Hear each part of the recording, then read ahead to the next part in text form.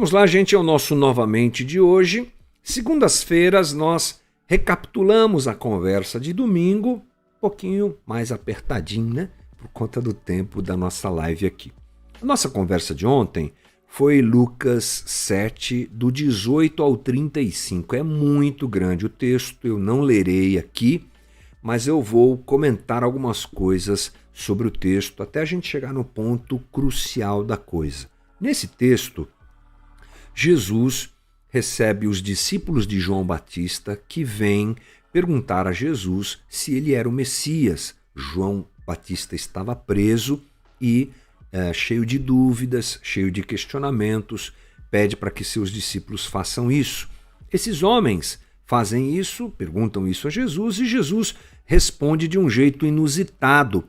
Ele faz milagres incríveis e depois diz para eles, digam a João o que é que está acontecendo. Os cegos vêm, os coxos andam, o evangelho é pregado aos pobres e é isso aí que está acontecendo. Façam vocês e João o link com o Antigo Testamento, porque lá no Antigo Testamento se apresenta a figura do Messias e como ele seria, como ele faria, o que ele faria.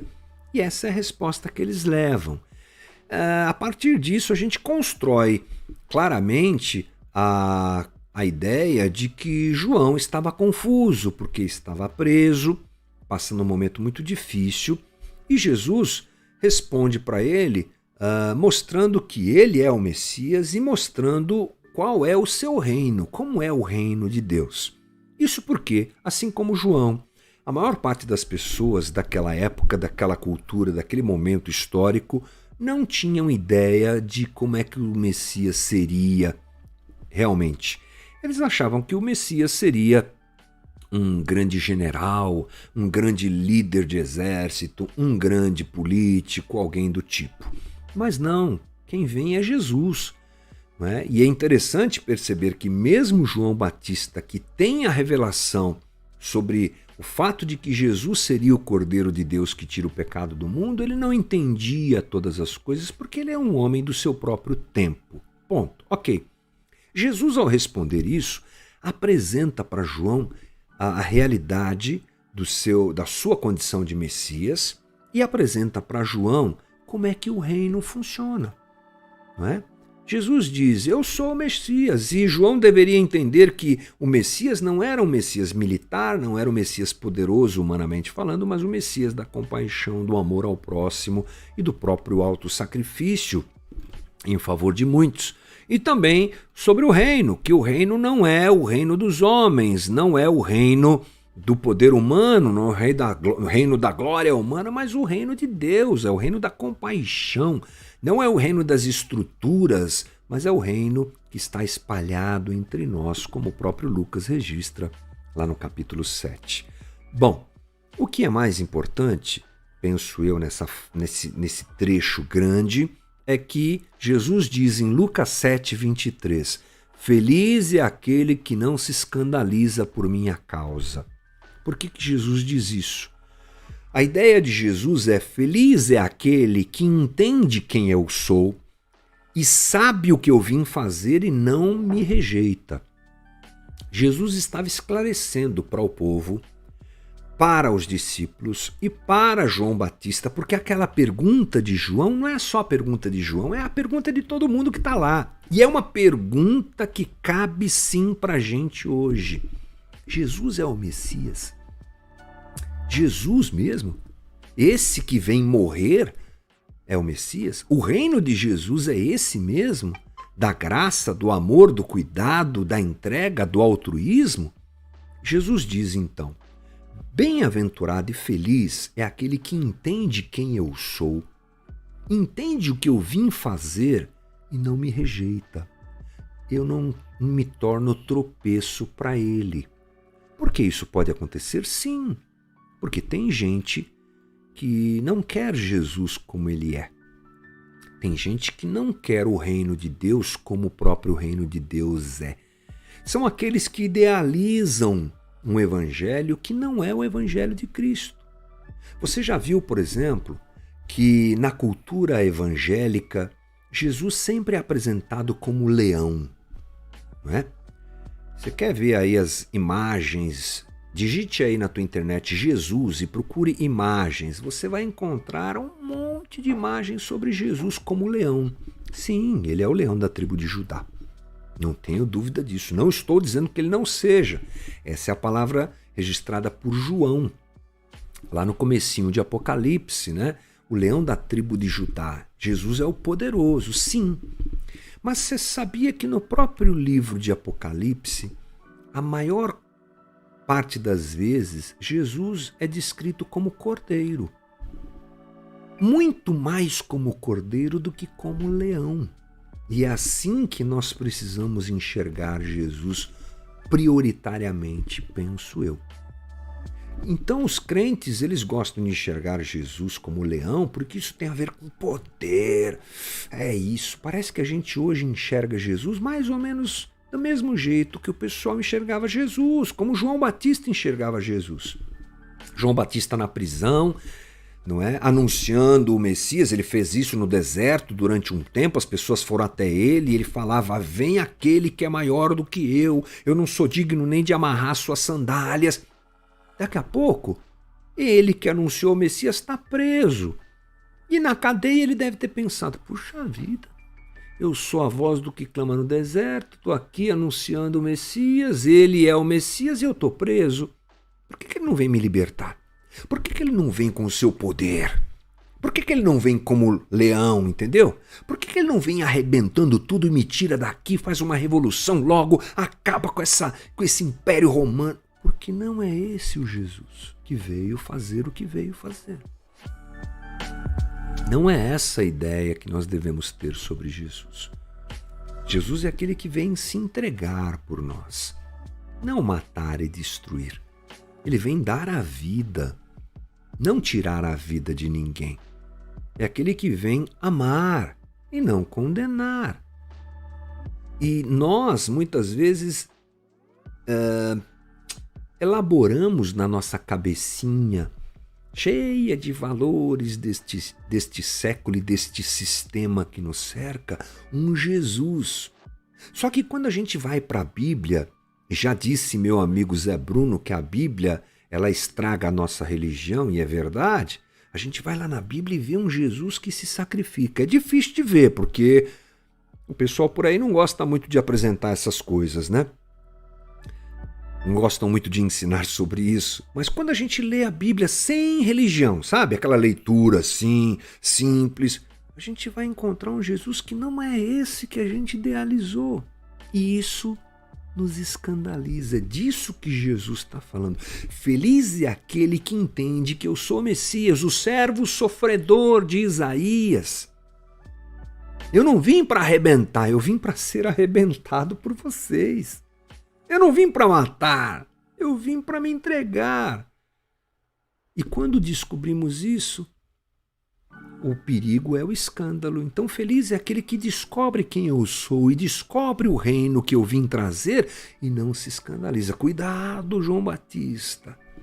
Cuidado, João Batista. Cuidado vocês aí. Cuidado, discípulos. Eu não vim pelo que vocês querem. Eu vim para cumprir o que Deus quer. Então a pergunta é, eu estou disposto a entender quem é Jesus e o que ele veio fazer? Não é? Eu estou disposto a entender o que é o reino de Deus, que não tem a ver com poder político, que não tem a ver com instituições, que não tem a ver com grandes impérios de igrejas, que não tem a ver com isso. Reino de Deus é o reinado de Deus em corações como o meu, como o seu e como um monte de gente que se dobra a Jesus. Esse reinado de Jesus pode estar dentro da política, se lá estiverem homens com o coração voltado e um coração cujo rei é Jesus. Pode estar lá. Ele pode estar no meio das grandes empresas e grandes instituições, pode estar lá, mas elas não são, e nem as grandes igrejas são o reino de Deus, porque dentro delas, grandes e pequenas, tem gente cujo reino não é o de Jesus. Tem gente cujo Messias não é Jesus. São os Messias idealizados por eles mesmos. São os impérios idealizados por eles mesmos, que não tem nada a ver com o reino de Deus. Portanto, Jesus é o rei do reino que muita gente não quer, que muita gente não está afim de ouvir e de seguir. Então, criam-se expectativas que são erradas porque nós não compreendemos o reino e nem o Messias. Depois Jesus fala sobre João e explica sobre a figura de João. A gente não tem tempo para falar sobre isso, mas ele não deixa de exaltar João porque João realmente foi um cara muito importante. Ele é profetizado lá em Malaquias 3, fala sobre a vinda daquele que seria o precursor de Jesus. Mas, ao mesmo tempo, Jesus explica assim, beleza, João Batista é o cara, mas o menor no reino de Deus é maior do que ele, porque ele está ligado ao movimento que nós chamamos de veterotestamentário. Ele está lá ainda na lei. É um grande homem, usado por Deus, mas o menor no reino terá uma comunhão com Deus muito maior do que João, porque será a casa espiritual do próprio Deus, e aí por diante. Não dá para a gente falar muito sobre isso, mas é isso aí. Agora, no final, diz o seguinte, versículo 29 de Lucas 7.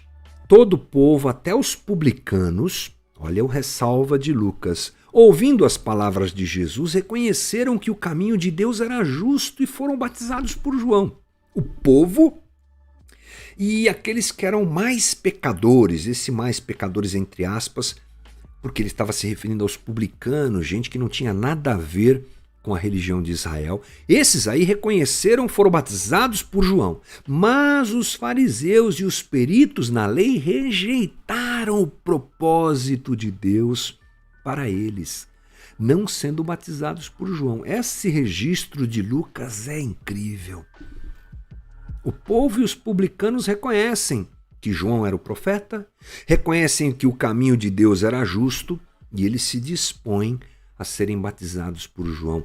Mas os religiosos rejeitam João, rejeitam o que João ensinou. E o próprio Jesus diz sobre eles, o que é que eu vou dizer sobre esse pessoal?